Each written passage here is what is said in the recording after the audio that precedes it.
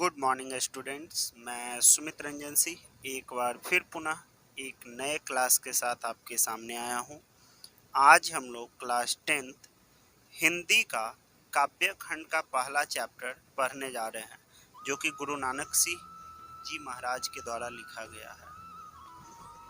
तो चलिए हम लोग इस चैप्टर को पढ़ना शुरू करते हैं, लेकिन शुरू करने से पहले आप लोग अपने सामने किताब खोलकर रख लीजिएगा ताकि आपको और भी ज़्यादा अच्छे ढंग से समझ में आए। तो चलिए शुरू करते हैं। राम नाम बिनु व्यर्थे जगी जन्मा, बिखु खाबे बिखु बोले, बिनु नावे निहफलु मटी भ्रमना। प्रस्तुत पंक्ति के माध्यम से कविवर श्री गुरु नानक जी महाराज कहते हैं कि राम के नाम के बिना यानी ईश्वर की भक्ति के बिना इस संसार में जन्म लेना बेकार है। ईश्वर के भक्ति के बिना मनुष्य जो कुछ भी खाता है सब विष के समान है, जो कुछ भी बोलता है सब विष के समान बोलता है। बिना ईश्वर के नाम लिए मनुष्य बुद्धि विवेक सब बेकार हो जाता है और मनुष्य बिना किसी उद्देश्य के इधर उधर भटकते रहता है और उसे कुछ नहीं मिलता है। चलिए नेक्स्ट पंक्ति को देखते हैं। पुस्तक पाठ व्याकरण बखाने, संध्या कर्म निकाल करे, बिनु गुरस्वद मुक्ति कहाँ, प्राणी राम नाम बिनु अरुझि मरे। प्रस्तुत पंक्ति के माध्यम कहते हैं कि विभिन्न प्रकार के ग्रंथों का सुबह से शाम तक अध्ययन करने से जीवन सफल नहीं होता है। जीवन को सफल बनाने के लिए ग्रंथों के अध्ययन के साथ गुरु का उपदेश भी जरूरी है। बिना गुरु के उपदेश के मनुष्य का जीवन उलझकर रह जाता है और अंततः उसका जीवन समाप्त हो जाता है। यानी जीवन को सफल बनाने के लिए गुरु का उपदेश सुनना और उसे अपने जीवन में लागू करना अत्यंत जरूरी होता है। चलिए नेक्स्ट पंक्ति देखते हैं। दंड कमंडल सीखा सुत धोती, तीर्थ गबनु अति भ्रमनु करे, राम नाम बिनु शांति न आवे, जापी हरि नाम सुपारी परे। प्रस्तुत पंक्ति के माध्यम से कविवर श्री गुरु नानक जी महाराज कहते हैं कि हाथ में डंडा, कमंडल, सिर पर जनेऊ, शरीर पर जनेऊ और सूती धोती पहनकर तीर्थ स्थानों पर भ्रमण करने से शांति की प्राप्ति नहीं होती है।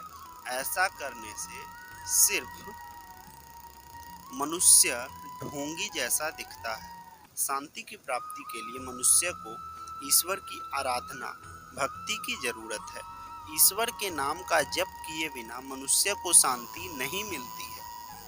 चलिए नेक्स्ट पंक्ति को देखते हैं। जटा मुकुट तन भस्म लगाई, वसन छोड़ी तन नग्न भया, जेते जिया जत जल थल महियल, जत्र तू सरब जिया। प्रस्तुत पंक्ति के माध्यम से गुरु नानक जी महाराज कहते हैं, कुछ लोग शरीर पर मुकुट की तरह जटा धारण कर, शरीर के ऊपर भस्म लगाकर, अपने वस्त्रों को त्याग कर, शरीर को पूरी तरह नंगा करके यहाँ वहाँ जहाँ तहाँ भटकते रहते हैं। इन सारे कर्मों को नानक जी ढोंग बताते हैं, क्योंकि वे एक खुद निर्गुण कवि हैं। वे कर्म कांड में विश्वास नहीं रखते हैं। वे हमेशा ज्ञान अर्जन में सच्चे मन से ईश्वर की भक्ति करने में विश्वास रखते हैं। चलिए नेक्स्ट पंक्ति को हम लोग समझते हैं। नेक्स्ट पंक्ति को समझने के बाद आपको ऊपर का सारा पंक्ति एक बार और अच्छे ढंग से स्पष्ट हो जाएगा और आप पूरी तरह इस पंक्ति को समझ पाइएगा। गुरु प्रसादी राखिले जन को, हरिरस नान झोली पिया।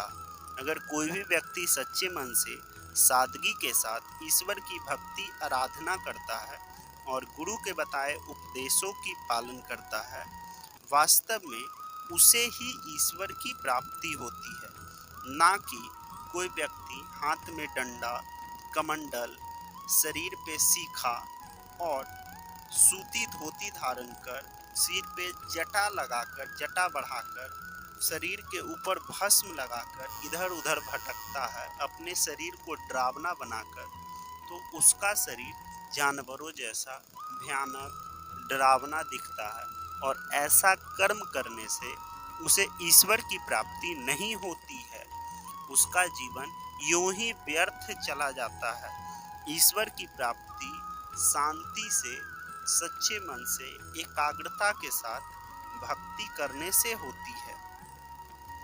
हम उम्मीद रखते हैं कि आपको यह पंक्ति अच्छे ढंग से समझ में आया होगा, और अगर आपको कहीं भी दिक्कत होता है तो आप नीचे कमेंट में पूछ सकते हैं, आपको इसका आंसर बताया जाएगा।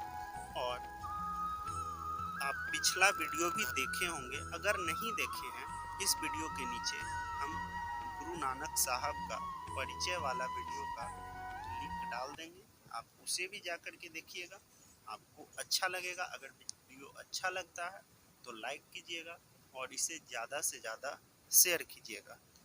वीडियो को अंत तक देखने के लिए आप सभी का प्रेमपूर्वक धन्यवाद।